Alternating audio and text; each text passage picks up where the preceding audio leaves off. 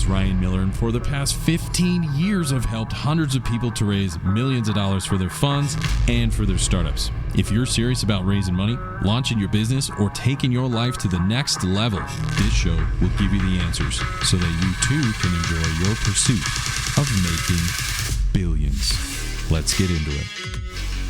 In this week's episode, I bring on my dear friend Simon Vandi.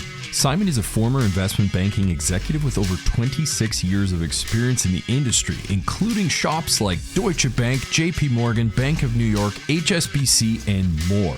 Join us as he walks us through the wisdom of investing into companies that support diversity, inclusion, and equity. You don't want to miss it.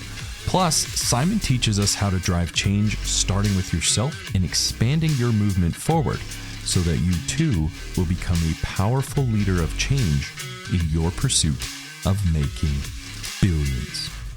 Here we go. Hey, welcome to another episode of Making Billions. I'm your host, Ryan Miller, and today I have one of my very dear friends, Simon Vandi. Simon is an investment banking executive, investor, and data scientist. This guy has over 26 years of experience in places like Deutsche Bank, JP Morgan, Bank of New York, HSBC, RBS. I could keep going, but I think you get the idea. One of the things that I love about Simon is he is huge on driving positive change in business, in finance, and he's going to get into all of it. So Simon, welcome to the show, man. Hey, Ryan, great to be here. I'm honored to be on your show. Oh, man, it has been a pleasure just to get to know you. You're one of my dear friends. And man, the change that you're driving for both funders and founders is absolutely phenomenal. Every time I talk to you, man, you tell me about all the stuff that you're working on, these huge multi-million-dollar fundraisers, everything.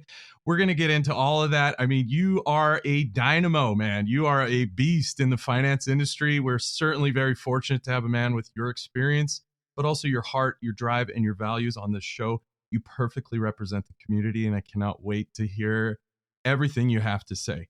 So before we do that, Simon, originally you're in UK now, but you've had quite an interesting history, and I think the fans around the world would love to know what drove you? How did you get started in this sector, and more importantly, how can others people follow in the path that you've set?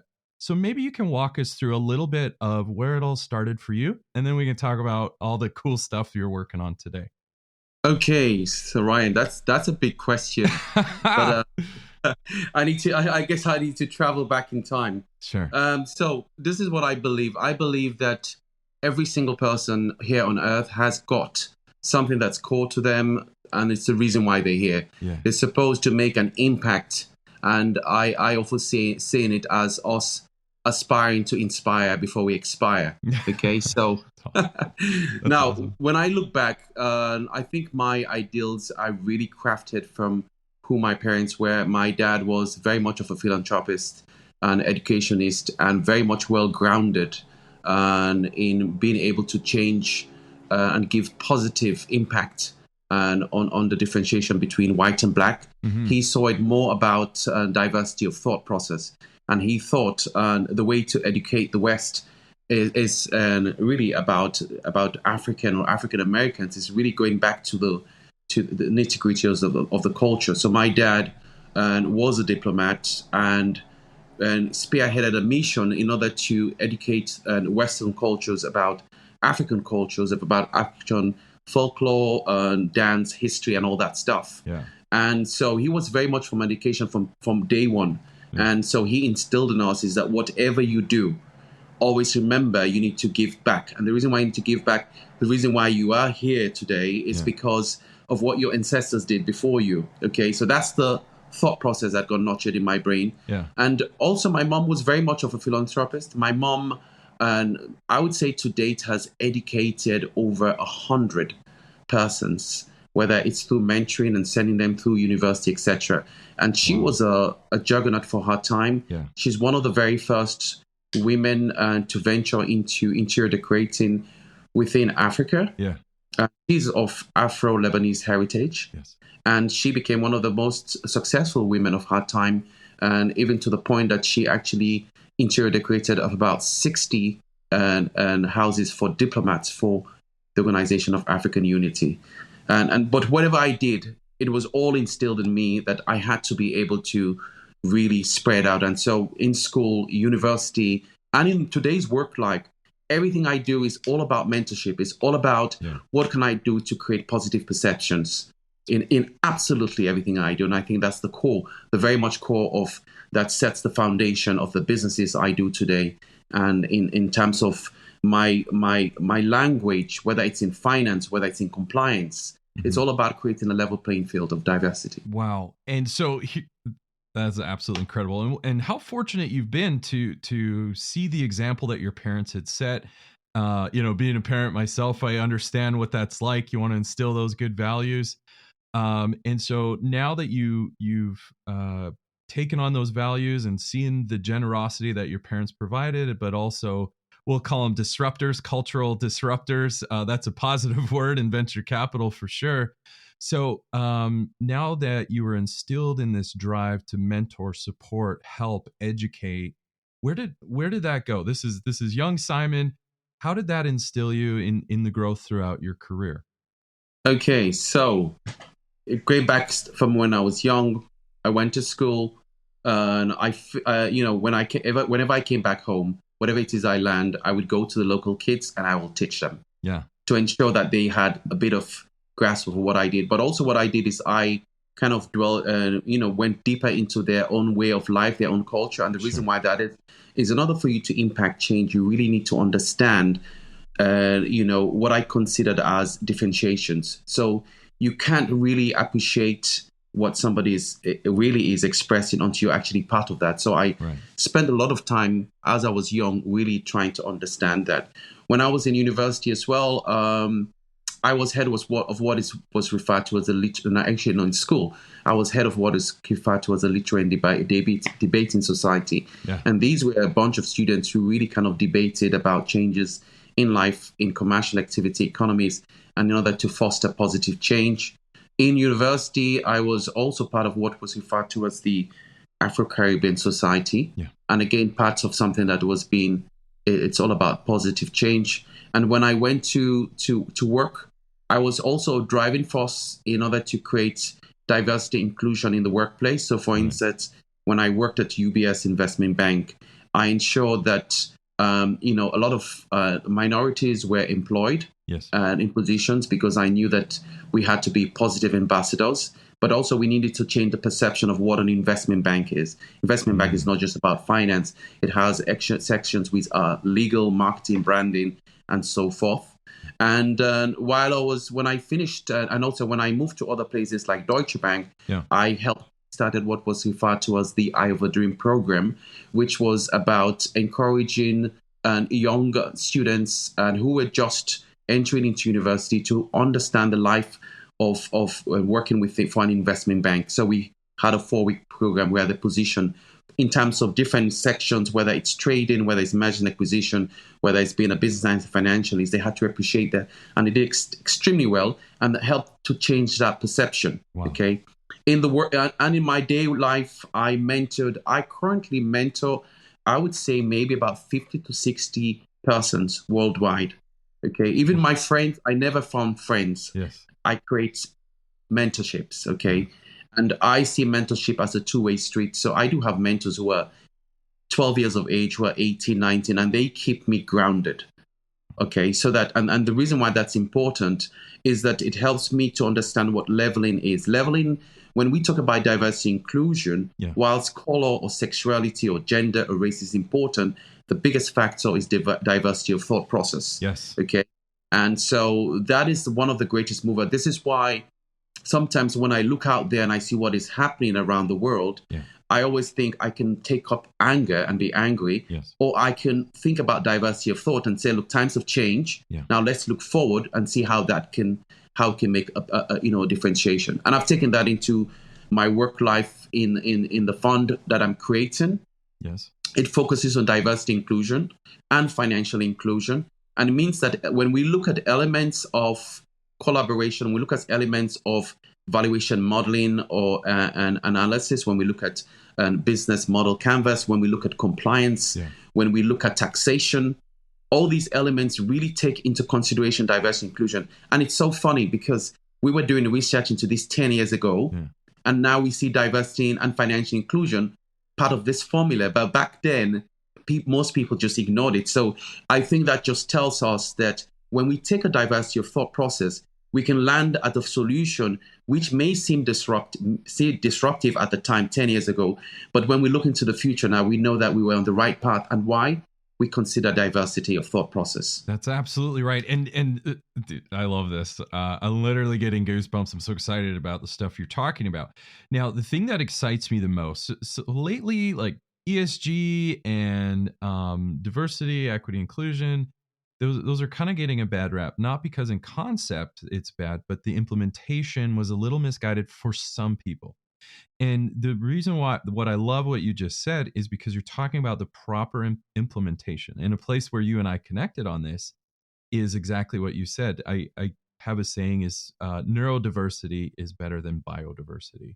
Not that we're shaming or making anything wrong, but what you're after is the diversity of thought, that neurodiversity, to say, you know, the thing that matters, the thing that improves organizations is you're able to bring in people from different cultures, different perspectives, different academic training or the lack thereof. Either way, these differences are what should be celebrated. These differences, more importantly, and on a show called Making Billions, these differences should be invested in because they do yield real top line and bottom line profits, as well as reduces, we'll say, reputational risk that, as you know, a risk guy yourself. I mean, I do agree with this 100%. Yeah. Well, look, there's two thought process.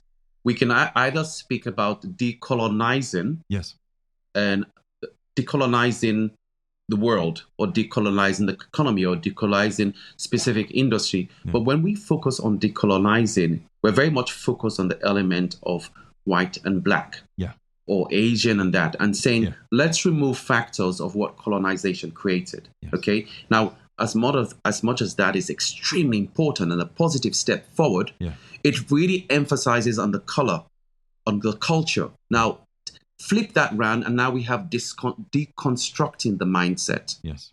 So what that means is removing all ethics of black, white, Chinese, and all that. Yeah. And let's focus on the thought.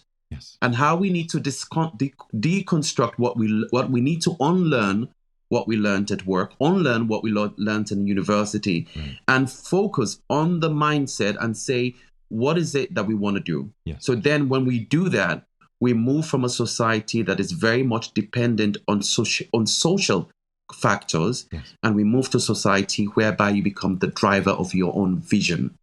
And that being the driver of vision is what creates influences, is what created the startup economy. Yeah. Okay? Yeah. So if we can do that, and we deconstruct those old mindset, and now we reconstruct the diversity of thought process, now we move a leap forward whereby we create equality. Yes. Where we create a level playing field in absolutely everything, which creates the best creative minds, where we create mind-blowing concept, which are unicorns in their own right and alphas, because they consider everyone.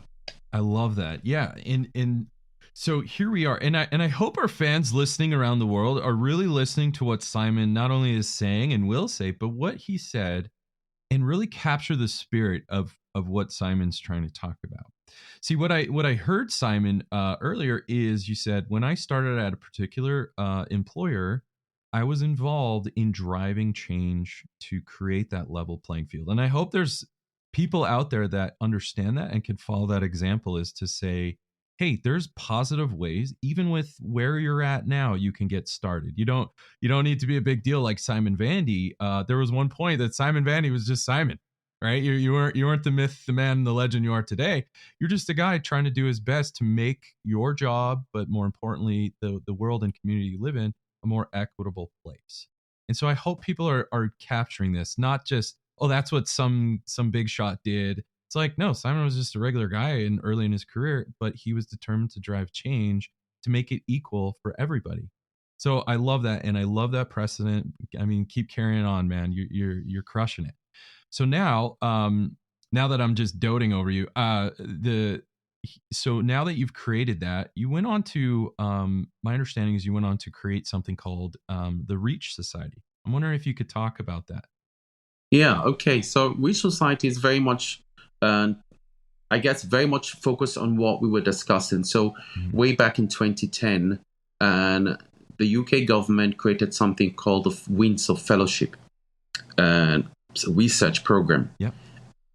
And in that program, they wanted to see, African, Afro-Caribbeans, people of Afro-Caribbean descent, and who had gone through and championed all above adversity in order to resurface and do something positive about their lives. Right.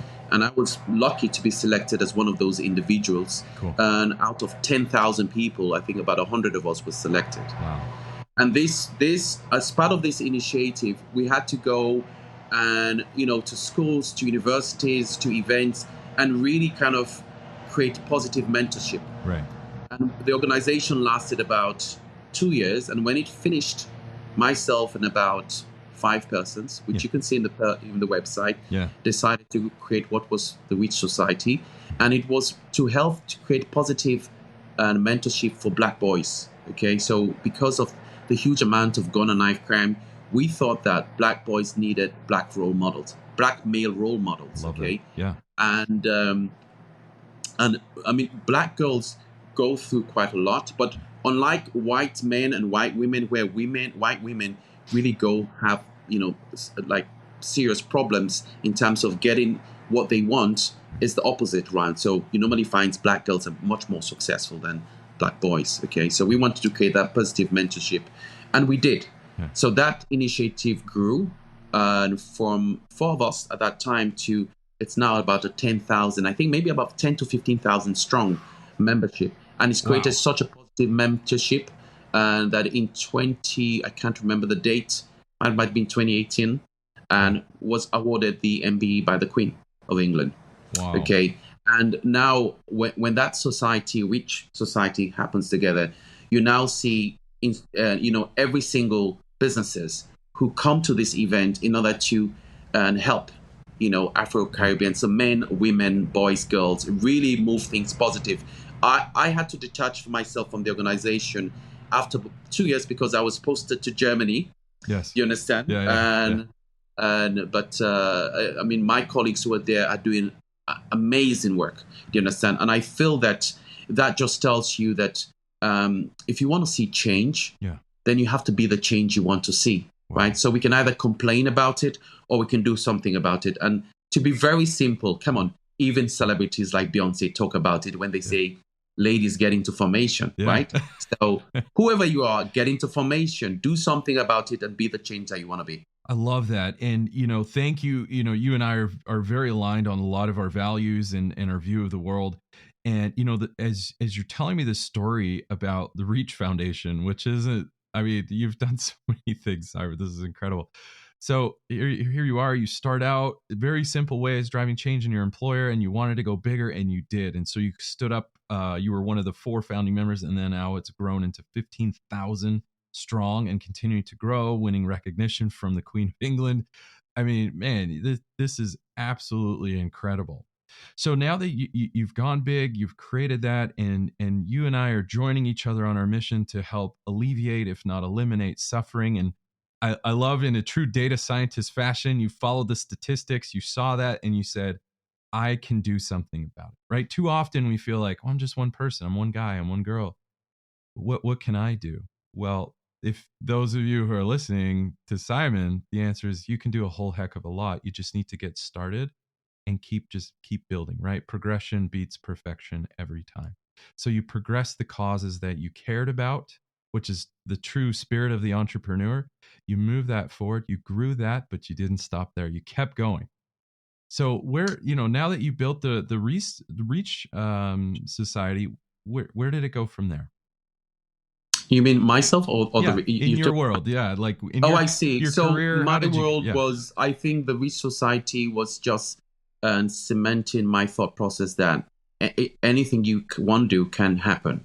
Okay, so past the Reach Society, what I did was that I implemented the same thought process in the places I work. So, for instance, when I worked in Deutsche Bank, when I worked in HSBC, I created what was the Rainbow Nation. In my team, for instance, in RBS, we had Africans, we have Indians, we have Chinese, we have whites. Yes. It was amazing. Do you understand? Yeah. It was so positive. And I would say that in some of the banks that I work with, for instance, Deutsche Bank, they were very positive in doing about the same thing. I mean, they really take seriously integration of diversity.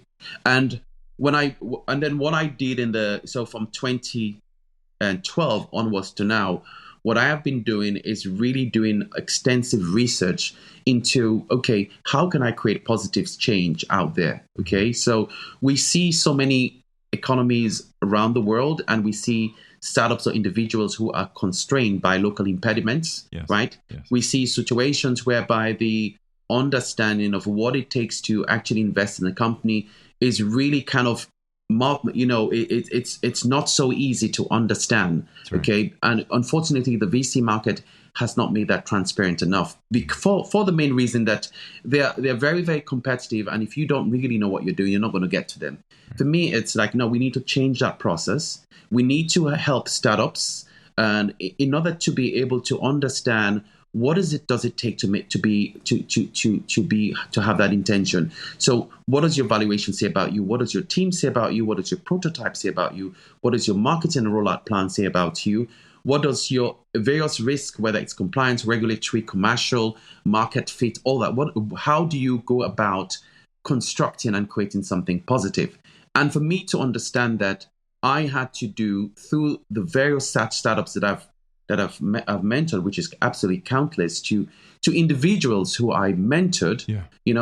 I had to test that processes. I have got individuals who were on 30,000 a year, and I mentored them, and within 2-year period or a one year period, their salaries were jumping up to 180,000, and some of them went to become investment managers from some of the biggest and venture accelerators and incubators of venture capital firms in the world. Wow. Okay, and I also went around and I spoke to so many people. I mean, I think you're based in Canada. I'm not sure who I can find in Canada, but I can tell you definitely that somewhere like in New York, yes, I was able to meet somebody who I consider formidable in his thought process. Yes. So a gentleman by the name of Raymond Maguire, yes, who was head of corporate and investment banking global and the first Black Wall Street executive. Yes. Okay.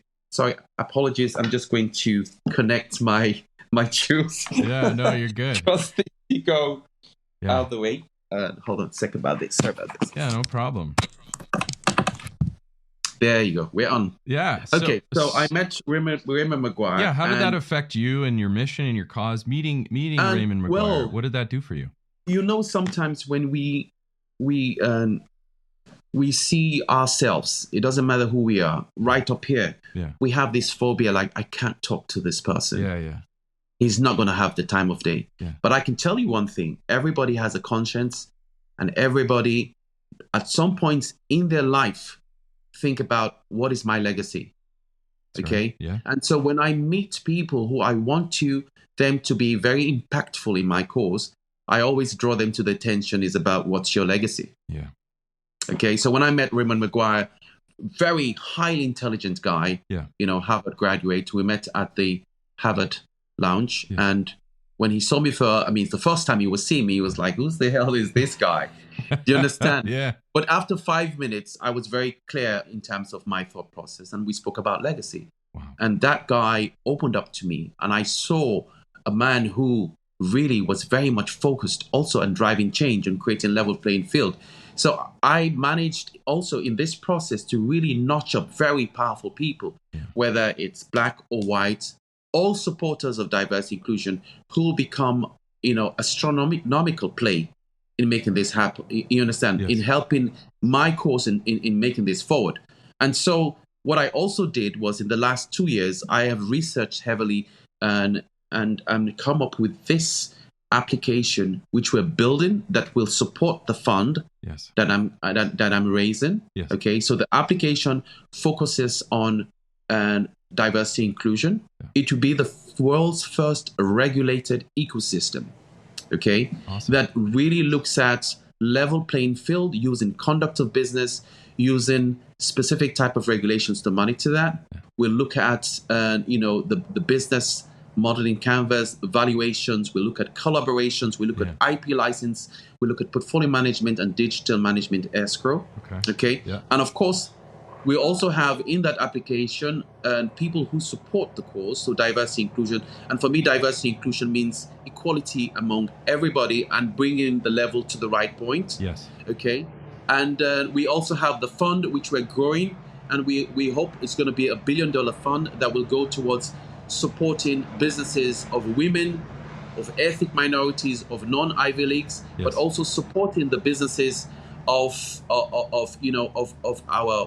white counterparts who really also support the businesses, right? So, for instance, Brian, you may have a business that I know you very much. You're all about diversity, so therefore, we will put investment your ways. And the reason why that is, we know that if we help your business grow, you are also going to play out diversity and inclusion. Right. Yep, absolutely. So that's the thought process. Wow, that's incredible. So now you're saying not only did I drive change while I was beholden to my corporate employers, we'll say, but now I went out on my own because you needed to go bigger, and you have, and you still are. So now that you've gone out on your own and you're raising, in talking to you, I know you raised like the second you announced it. I swear, it was like the second you announced that you're going to do this, you already got soft commitments, I think, just under $100 million. And you said, okay, whoa, let me slow this down a bit. Yes, thank you. We will get to you. We will actually collect. However, what you explained to me offline was you wanted to make sure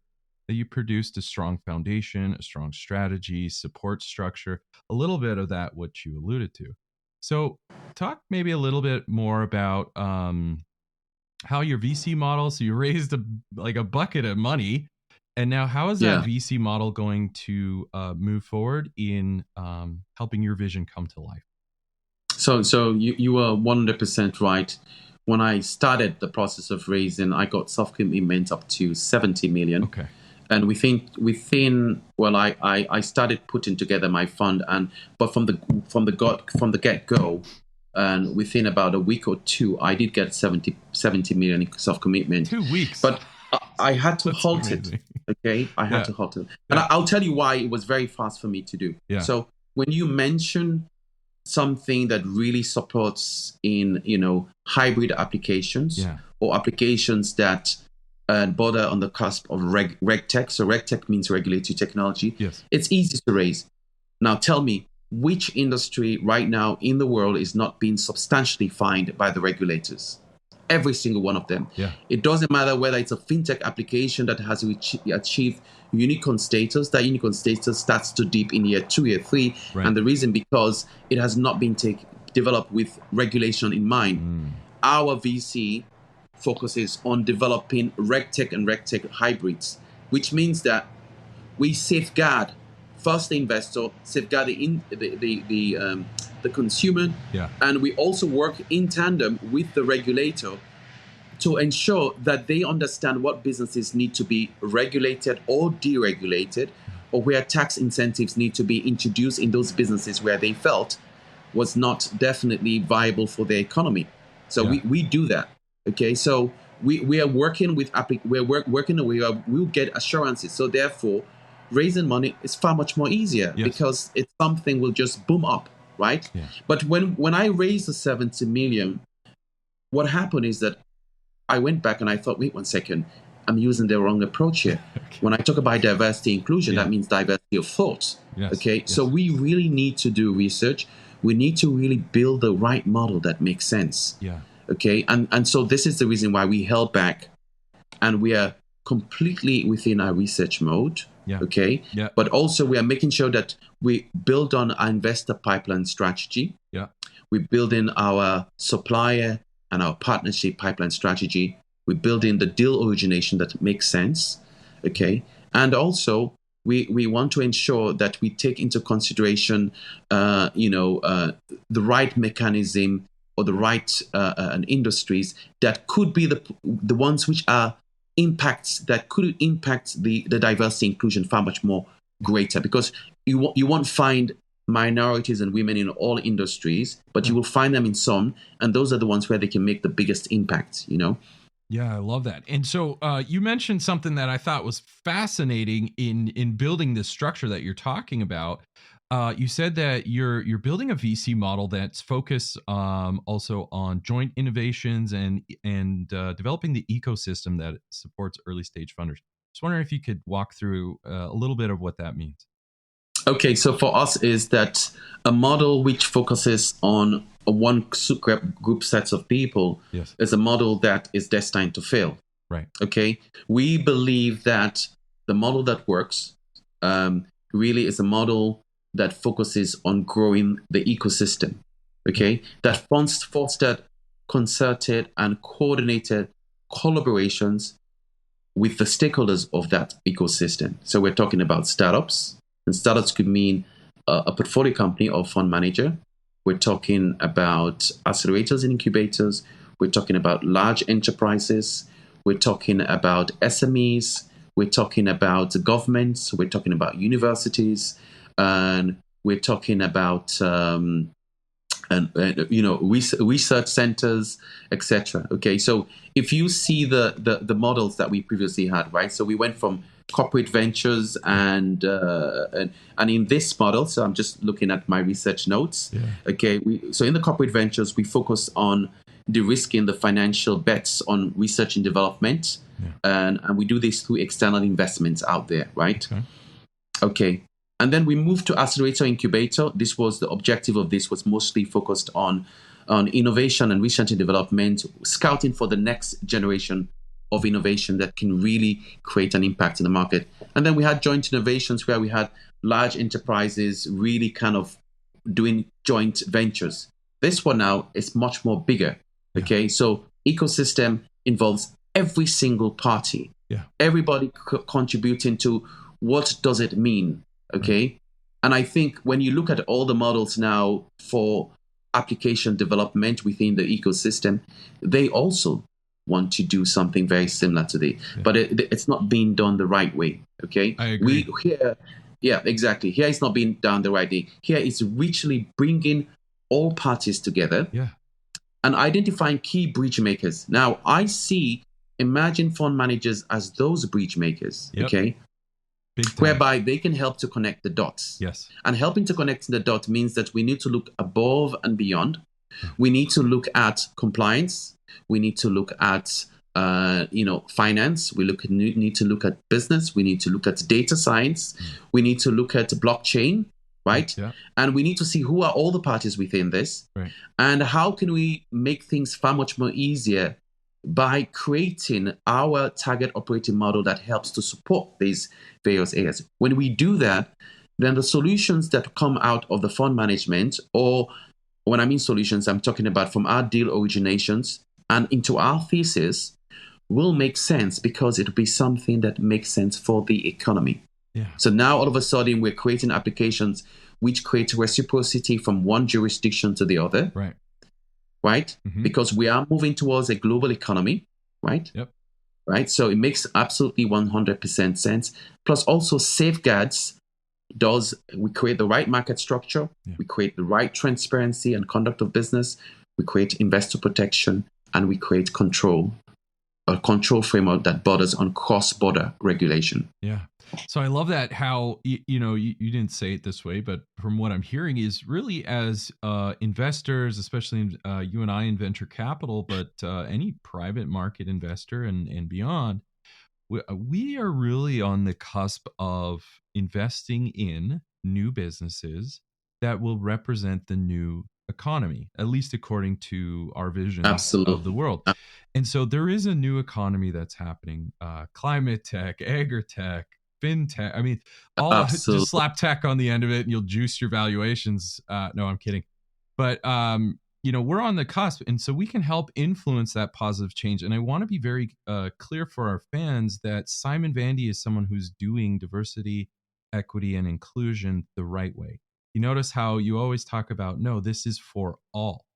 And if I could even just summarize what I'm hearing your vision saying is you are for something rather than against it. And that's the subtle difference. You're saying, no, we are for a positive change, not we're this and be glad we're not that, right? So we're not, do Absolutely. you know what I'm saying? You're saying No, we're driving a Ryan, true look, positive movement here. you are 100. And the thing is that change has to start from us, okay? So I can tell you that some of the stuff we're doing part of our venture studio, venture fund, is we know that technology is paying for technology development is extremely costly. Yep.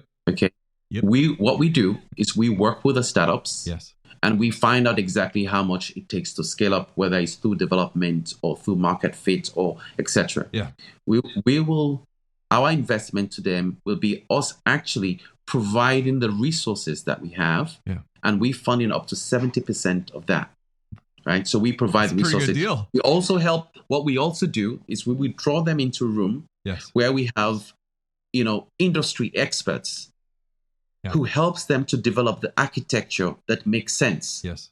The architecture to create a level playing field, the architecture that really helps to safeguards across regulation within their own jurisdiction and cross-border. If you see companies like Binance went up, down, being kicked out of specific countries, why? They didn't think about regulation. Okay? So exactly. So for us, it's helping them to build those businesses that make sense, looking at blockchain, so a tokenization of asset, looking at AI, machine learning, right? Plus also what we do is we will help their advertising. Now, if you were to advertise on a billboard in New York, you're going to be paying something like $300,000.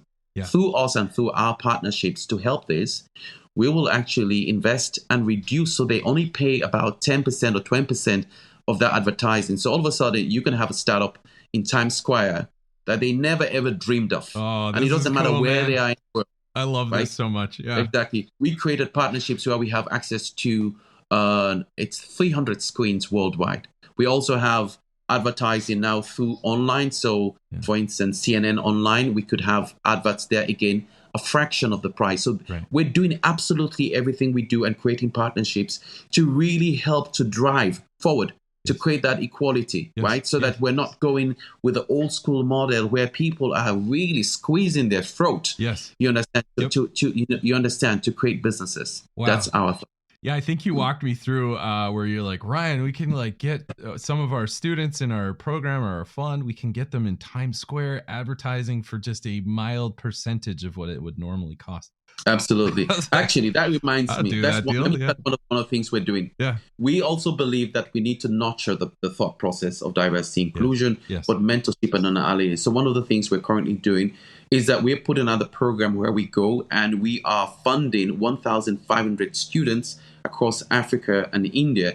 These are students who potentially could not get into university. We are funding them in order to go through university. They will also be part of our program. When they graduate, they come to work for us.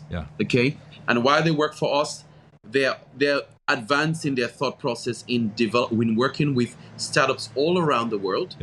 Right. We train them to be financial analysts, compliance analysts, business analysts, and data scientists. Plus, guess what? We also say to them, whilst you work for us, if you have an idea, put it into the venture studio, and guess what? We will fund it for you, so that maybe in 10 years' time, you could say, I don't want to work for you. But also, guess what? With the way the industry is going, don't make it a habit to hold on to something. That's right. What you do is you create your idea. You create a license behind it, and you license it out, and you have a percentage. Because guess what? You're probably a creative entrepreneur, and you have 1,001 ideas. Why do you want to hold on to everything? It's like property, like real estate, right? Exactly. I love that. Yeah, and let me know. I'm happy to support that cause and see if we can double that number for you. That the scholarships, it's absolutely incredible. So very admirable, man. I mean, I swear every time I ask you your question, you inspire me more and more with all the stuff you're doing, and I have a feeling there's so much more that we're not even going to be able to cover. But you can get a sense is that it just started with the subtle speaking up and having a mission a little bit in your career, and you just kept growing that over your extensive 26-year career. That I feel like you're just hitting your stride, and man, I can't wait to see where you go with this. So, I love that you focus on neurodiversity more than biodiversity. Not that there's anything wrong, but I feel like you get it. Right. And where a lot of people who maybe gave diversity, equity, and inclusion a bad name is they were maybe not, they had the right intentions, but maybe poor implementation. And so now listening to you, I can hear that you've got it. You've got a good grasp, and I hope more people join in your vision. So before we wrap things up, Simon, is there anything else that you would like to include, or anything else you think our fans around the world would appreciate hearing? Yeah, I would say that the biggest friend you could have right now in order to get you forward Yeah. is that in order to look forward, you need to look backward, you need to look inwards. Ooh. Okay, so sometimes certain things happen and you think it's not happening, but sometimes the answer lies within yourself. So you talk about the stuff about me thinking about diversity of thought process. Yeah. I went through a period where I was as angry as absolutely everybody. Yeah. Okay, where I was thinking, I was just spewing out the negativity. Yeah. I wouldn't say it's negativity. I'm going to call it anger. Yeah. Okay. Yeah. And then I thought to myself, I'm not doing myself any good. And the reason why that is, I'm holding on to it. Yes. As Oprah always says, forgiveness is a gift that you give yourself to move forward. Yeah. If you want to move forward, you need to let go, but you need to say, now that I've learned from this, how can I make this positive? That's okay. right. And so you make it positive by creating that positive change. But when we talk about level playing field, it's not just about creating equal equity among everyone. Yes. And it's not just means, okay, we think, okay, our white counterparts have everything, so we're just going to focus on ethnic minorities and women. Yeah. What we need to do is to be very careful, because we could focus so much on this that the scale is getting tipped the other way around. That's right. So what we need to do is kind of look through and say, okay, how can we do? Yes. Let's think about supporters on this side and get them to implement, and vice versa. Get everybody. But also, I think, try and find people who I refer to as bridge makers, as I always mention, the people that connect the dots. And Brian, I've got to say, this is going to be an embarrassment to you. Oh boy. But I see you as one of the people who connect the dots, because ever since I've engaged with you, you're a guy who is very forward thinking in the businesses you do. In your thought process, you're very forward thinking. I would not have come on this show if I did not feel that you were a bridge maker. Thanks. Okay. I've listened to absolutely one of your show, and you're all about making bridge makers. So making billions, for me, most people translate making billions as making money. Okay. But for me, making billions, really, it's finding the core, the main reason why you were here, the main reason why you created for, right? So we need to stop being people's versions of who we are and try to find our own true identity. That's right. Once you find your true identity and your true core, and you think about creating you level everything from your thought process around people around it, guess what? Now you start getting the recognition. Okay, that recognition brings people to you, brings money, which if you look at influencers is exactly the same. So what that means is, if you focus on finding your core, if you focus on creating a level playing field, and you identified your bridge makers, you will become a billionaire. Wow. In the thought process, and eventually to being a billionaire in cash, if that's what it is that you want. Sure. Okay, so I just want to thank you for being you, and I really hope you continue being you. And absolutely. Wow, you're a total stud, man. I love talking to you, man. And I love what you said about you as a true data scientist. I'm like you get lost in the numbers and you start to see these trends and connect the dots. And in the beginning, it kind of bothered you. You're saying this is unacceptable, and you could feel that anger, or that that frustration with, why is it this way? But then it wasn't my understanding. You didn't say this. I totally am. So you said, look, this isn't productive. In fact, it's likely destructive to me. It's not helping anybody, even though, yes, this is upsetting trends that I'm seeing. You converted it from a destructive energy to a constructive energy. And you said, look, I'm not doing anybody any favors by approaching this in a very angry way. That's not who I am. I can testify that is not who you are. You're a wonderful, caring, giving man. And you converted that into a more constructive movement. And I would argue, my guess, I'm going to guess here, is when you converted it to a positive movement, you're still we'll say, attacking the data, but doing it through a positive cause rather than one driven in anger and frustration. You shift it to a positive cause, and then all of a sudden things start taking off. All of a sudden supporters start showing up. Absolutely. Everybody starts rallying around that cause because, like we said earlier, you now shifted it to be for something rather than against something. And people instantly respond to that and said, how do I support Simon? I love what he's trying to do. It's a very positive change. He's trying to elevate everybody, regardless of where they grew up or anything. He wants to see suffering go down and improvement and inclusion to go up. How am I doing so far? Yeah, absolutely. Oh, one thing as well. I've got to say this. I really have to say this. Go ahead. Okay. For me, the greatest inspiration for me on earth here are women. Okay.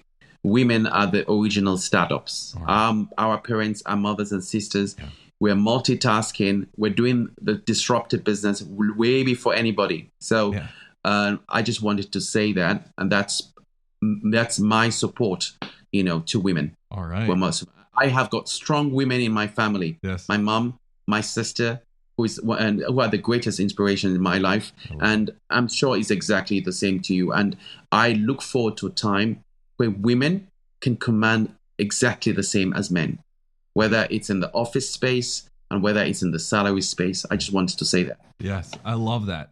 So, as we wrap up and we conclude things here, our time with Simon Vandi and I hope you enjoyed it. The final takeaway notes: seek for neurodiversity more than biodiversity. Seek to drive whatever causes that you care about.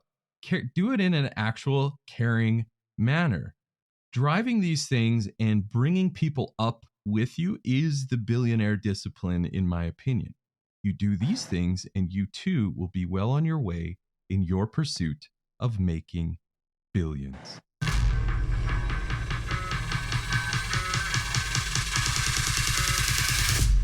Wow, what a show. I hope you enjoyed this episode as much as I did. Now, if you haven't done so already, be sure to leave a comment and review on new ideas and guests you want me to bring on for future episodes. Plus, why don't you head over to YouTube and see extra takes while you get to know our guests even better. And make sure to come back for our next episode where we dive even deeper into the people, the process, and the perspectives of both investors and founders. Until then, my friends, stay hungry, focus on your goals, and keep grinding towards your dream of making billions.